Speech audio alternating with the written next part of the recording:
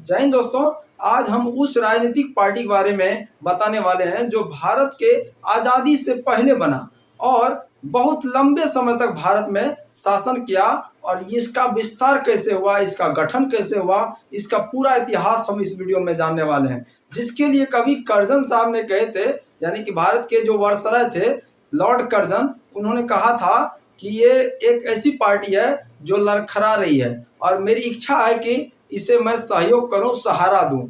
और इसके साथ साथ बहुत सारे जो वक्तव्य इसके बारे में कहे गए। तो आज हम उसी राजनीतिक पार्टी के बारे में पूरा इतिहास लेकर आया हूं और शुरू से लेकर के अंत तक आप देखिएगा। हालांकि एक वीडियो में इसका पूरा इतिहास रखना संभव नहीं है, लेकिन बहुत लंबे समय से इसका कार्यकाल रहा। लेकिन हम कुछ जो है इम्पोर्टेंट उसके तथ्य लेकर आए हैं और आप इसको शुरू से लेकर अंतिम तक देखिएगा। तो शुरुआत करते हैं यहाँ से कि इनका कांग्रेस शब्द आया कहाँ से, कांग्रेस कहाँ से शब्द आया। कांग्रेस आया शब्द दक्षिण अमेरिका से, जिसका मतलब होता है लोगों का समूह, यानी कि लोग का एक ग्रुप को कहा जाता है, समूह को कहा जाता है कांग्रेस। तो शब्द वहां से लिया गया कांग्रेस। और भारतीय कांग्रेस जो है, भारतीय राष्ट्रीय कांग्रेस INC जो है, इंडियन नेशनल कांग्रेस जो है, इसका पहले नाम इंडियन नेशनल कांग्रेस नहीं था। इसका पहले नाम जो था वो इंडियन नेशनल यूनियन था, यानी इंडियन नेशनल यूनियन, यानी कि इसका पहले नाम क्या था, इंडियन नेशनल यूनियन था, इंडियन नेशनल यूनियन।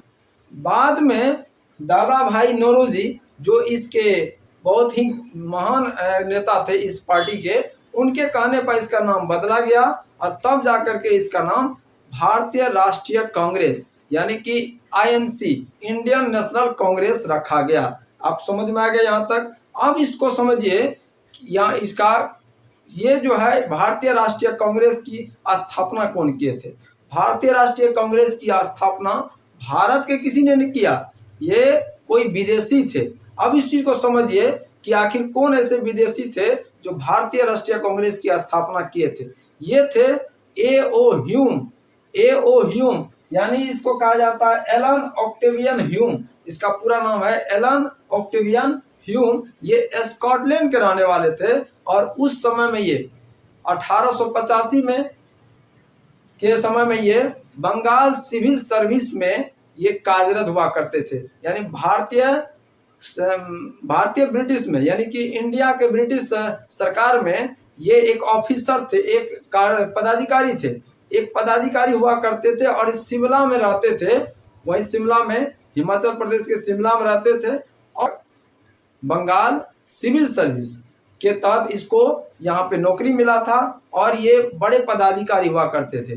तो इन्होंने जब ये उस सर्विस को छोड़ दिए किसी कारणवश, तो इन्होंने क्या किया, इनके दिमाग में आया कि एक कांग्रेस पार्टी बनाया जाए और उसी के कहने पर भारतीय राष्ट्रीय कांग्रेस की स्थापना हुई। इंडियन नेशनल कांग्रेस के सबसे पहले सचिव यही बने। सबसे पहले जो है सचिव A.O. ह्यूम बने, जो कि 1906 तक ये सचिव के पद पर बने रहे। बाद में जब 1912 में मृत्यु हो गई तो भारतीय राष्ट्रीय कांग्रेस यानी कि INC का संस्थापक यानी जन्मदाता किसे घोषित कर दिया गया, A.O. ह्यूम को, यानी एलन ऑक्टेवियन ह्यूम को ये घोषित कर दिया कि भारतीय राष्ट्रीय कांग्रेस का संस्थापक कौन थे, यानी जन्मदाता कौन है। तो इनको घोषित कर दिया गया A.O. ह्यूम के बारे में। यहाँ तक क्लियर हो गया। अब इसको देखिए कि आखिर यह स्थापना कहाँ हुआ था।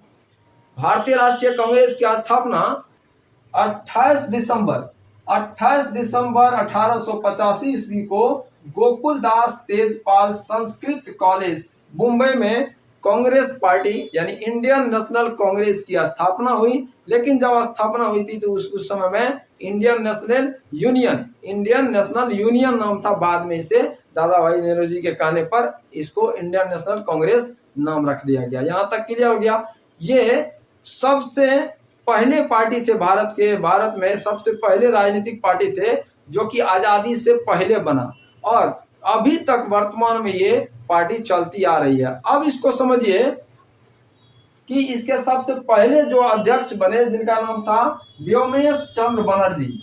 क्या नाम था? व्योमेश चंद्र बनर्जी। ये बंगाल प्रतिनिधि से बन के आते थे, यानी बंगाल के ये विधान परिषद के ये प्रतिनिधि थे, और बंगाल प्रतिनिधि थे ये। और व्योमेश चंद्र बनर्जी ये भारत के राष्ट्रीय कांग्रेस के सबसे पहले ये अध्यक्ष बने, और उसके बाद सचिव बना गया एओ ह्यूम को, जो कि 1906 तक बना रहा। अब इसको समझिए कि सबसे हर एक साल जो है ये क्या करते थे, अधिवेशन करते थे, जो कि कुछ दिन या 5 दिवसीय हुआ करता था। उसमें बहुत सारी बातों पर, बहुत सारे कानूनों पर, बहुत सारे जो अधिनियमों पर और अधिवेशन रखा जाता था। एक बड़ी मीटिंग जिसको कहते हैं, एक देश लेवल पर। तो वो अधिवेशन सबसे जो ज्यादा हुआ, वो देखिए सबसे ज्यादा हुआ आपको कलकत्ता में। कलकत्ता में 10 बार हुआ। सबसे ज्यादा जो इसका सबसे ज्यादा बार कितना बार हुआ? कलकत्ता में 10 बार हुआ। सबसे ज्यादा अधिवेशन हुआ कलकत्ता में 10 बार। मुंबई में हुआ 7 बार, मद्रास में हुआ 7 बार। और ये यदि बात करें बिहार में, तो बिहार में एक बार, मात्र एक बार कांग्रेस का अधिवेशन हुआ 1922 में, गया में हुआ था। तो ये बात समझ में आ गया कि बिहार में कांग्रेस यानी भारतीय राष्ट्रीय कांग्रेस का जो अधिवेशन हुआ था एक ही बार हुआ 1922 में, गया में। यहाँ तक क्लियर हो गया।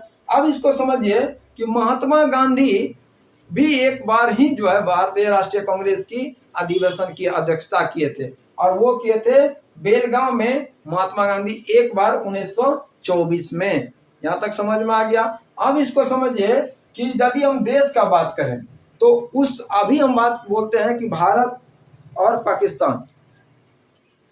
अभी हम बोलते हैं भारत पाकिस्तान, लेकिन आजादी से पहले तो भारत का ही हिस्सा हुआ करता था पाकिस्तान। तो पाकिस्तान में यदि बात करें, तो पाकिस्तान में 2 ऐसे शहर जो कि उस समय में बहुत ही ज्यादा डेवलप था, विकसित था, वो था कराची और लाहौर। वहां पर लाहौर में 4 बार और कराची में 2 बार जो है कांग्रेस का अधिवेशन हुआ, और हर एक अधिवेशन में कुछ न कुछ हुआ करता था। ये अधिवेशन जो है 1885 ईस्वी से लेकर के 1946 तक जो है आजादी के समय तक होता रहा। उसके बीच में 1930 में नहीं हुआ, 1945-46 में नहीं हुआ।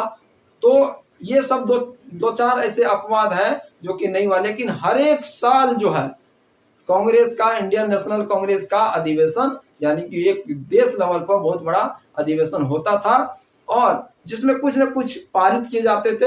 अब इसको समझिए कि एक ऐसी राजनीतिक पार्टी है, कांग्रेस के बारे में जो तिलक साहब ने बोले थे कि ये साल में एक बार आता है, मेढक की तरह टरटरा के चला जाता है, इससे इसको कुछ नहीं मिलेगा। उसके बाद बहुत सारे ऐसे वक्तव्य दिए गए, क्योंकि कुछ इसके विरोधी भी थे, कुछ इसके समर्थक भी थे। तो ऐसे बहुत सारे वक्तव्य इनके बारे में दिए गए। अश्विनी कुमार दत्त, जो कि एक बहुत गदावर नेता थे उस समय में, उन्होंने कांग्रेस के बारे में अपना वक्तव्य दिया कि कांग्रेस का जो अधिवेशन है वो 3 दिन का एक बस तमाशा है, इसको कुछ और जो है इससे मिलने वाला नहीं है। अब हम बात करने वाले कुछ ऐसे इम्पोर्टेंट अधिवेशन का, जिसमें बहुत सारे जो है इम्पोर्टेंट थॉट यानी तत्व लेकर आए। आप देखिए कि उस समय में अधिवेशन जो हुआ, जो जितने हर एक साल अधिवेशन होता था, तो कुछ अधिवेशन जो है वो महत्वपूर्ण हो गए। जैसे कि आपको बता रहे हैं कि आपको सबसे पहले जानिए कि 1896 का जो कांग्रेस का अधिवेशन हुआ, इसमें सबसे पहली बार वंदे मातरम जो है गाया गया था। वंदे मातरम सबसे पहली बार जो है कांग्रेस का अधिवेशन 1896 में गाया गया था। रहीमतुल्लाह सियानी उस अधिवेशन के अध्यक्ष थे। अब सोचिए कि आज जो के डेट में बहुत सारे ऐसे वर्ग हैं, बहुत सारे ऐसे मुस्लिम समाज के वर्ग हैं, जो कि लोग हैं जो कि वंदे मातरम का सीधे तौर पर नहीं लेकिन विरोध करते हैं। लेकिन अब इस चीज को गौर कीजिए कि उस अधिवेशन में ये पास हुआ, वंदे मातरम गाया गया, जिस अधिवेशन में रहीमतुल्लाह यानी कि मुस्लिम एक जो है ना अध्यक्ष हुआ करते थे। अब देखिए रहीमतुल्लाह सियानी उस समय में जिसमें वंदे मातरम गाया गया, उसमें अध्यक्ष हुआ करते थे रहीमतुल्लाह सियानी। तो इस बात को आप याद रखिए। अब देखिए कि दूसरा यदि बात करें तो 1907 में दो जो है दल में कांग्रेस के नेता बट गए, गरम दल और नरम दल, 1907 ईस्वी में। उसके बाद यदि बात करें 1911 में जो है जनगण मन गाया गया, ये भी कलकत्ता के अधिवेशन में। कलकत्ता में 10 बार अधिवेशन हुआ। कलकत्ता उस समय में बहुत विकसित शहर हुआ करता था भारत का, लेकिन उस समय में कलकत्ता बहुत ही ज्यादा डेवलप था। और भारत के उस समय में यानी दिल्ली से पहले जो भारत की राजधानी कहाँ थी, तो भारत की राजधानी यहाँ पे कोलकाता थी। और उसके बाद 1912 के बाद में दिल्ली जो है राजधानी बना। तो कलकत्ता उस समय में भारत का सबसे मुख्य शहर में गिनती किया जाता था। अब इसके बाद देखिए कि प्रथम महिला का बात करें यदि अध्यक्ष का, तो एनी बेसेंट, जो कि भारतीय मूल की नहीं थी। उसके बाद यदि बात करें तो 1917 में तिरंगे को अपनाने का बात किया गया, जबकि भारत आजाद नहीं हुआ था। लेकिन 1917 में ये बात का सभी जो है मीटिंग में ये बात क्लियर किया गया अधिवेशन में कि तिरंगे को मान ले और तिरंगे भारत का एक जो राष्ट्रीय ये ध्वज के रूप में इसे आगे संबोधित किया जाएगा। उसके बाद बात करें तो सबसे युवा जो अध्यक्ष थे वो थे मौलाना अब्दुल कलाम आजाद। मौलाना अबुल कलाम आजाद जो भारत के आजाद होने के बाद उस समय में, भारत जब आजाद हुए उस समय में जो है ये भारत के प्रथम जो है शिक्षा मंत्री बने, सबसे प्रथम शिक्षा मंत्री बने। और ये थे कौन, तो मौलाना अबुल कलाम आजाद युवा थे। और 1923 में ये सबसे पहले बनाया गया इसको। सबसे ज्यादा टाइम तक यदि अध्यक्ष रहे हैं तो वो यहीं रहे हैं हमारे मौलाना अबुल कलाम आजाद। यहाँ तक क्लियर हो गया। अब भारतीय मूल की महिला का बात करें तो 1925 सरोजिनी नायडू भारतीय मूल की यानी भारतीय जो महिला थी वो सबसे पहली बार भारतीय राष्ट्रीय कांग्रेस के अध्यक्ष बनी। यहाँ तक हो गया। अब जानते हैं सबसे पहले जो है मुस्लिम, पारसी और अंग्रेज। सबसे पहले मुस्लिम का बात करते हैं। सबसे पहले मुस्लिम का बात करें तो बदरुद्दीन तैयब को जो भारतीय राष्ट्रीय कांग्रेस का अध्यक्ष बनाया गया। पारसी का बात करें तो दादा भाई नौरोजी, वो पारसी थे। और यदि अंग्रेज का बात करें तो वो थे क्या, जॉर्ज यूल जो अंग्रेज थे, उसको सबसे पहले ऐसे अंग्रेज थे जिसे भारतीय राष्ट्रीय कांग्रेस का अध्यक्ष बनाया गया। यहाँ तक क्लियर आप समझ में आ गया। इस तरह से अब इस बात पे हम आते हैं कि अभी तक जो अधिवेशन हुआ और अध्यक्ष का चुनाव होता था तो वो बिना मतदान का, बिना वोटिंग का। लेकिन सबसे पहली बार अधिवेशन में अध्यक्ष का चुनाव जो एक वोटिंग के द्वारा, मतदान के द्वारा हुआ, तो वो था का प्रथम चुनाव अध्यक्ष का हुआ तो 1939 में, जिसमें सुभाष चंद्र बोस को भारतीय राष्ट्रीय कांग्रेस का अध्यक्ष चुना गया।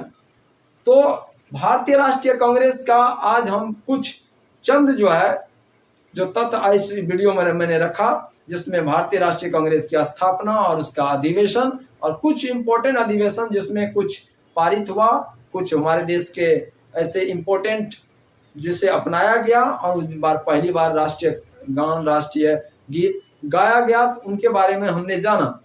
तो इस तरह से वीडियो देखने के लिए आप चैनल को सब्सक्राइब कर लिया और ज़्यादा से ज़्यादा वीडियो को शेयर कर दिया। Thank you so much. जय हिंद।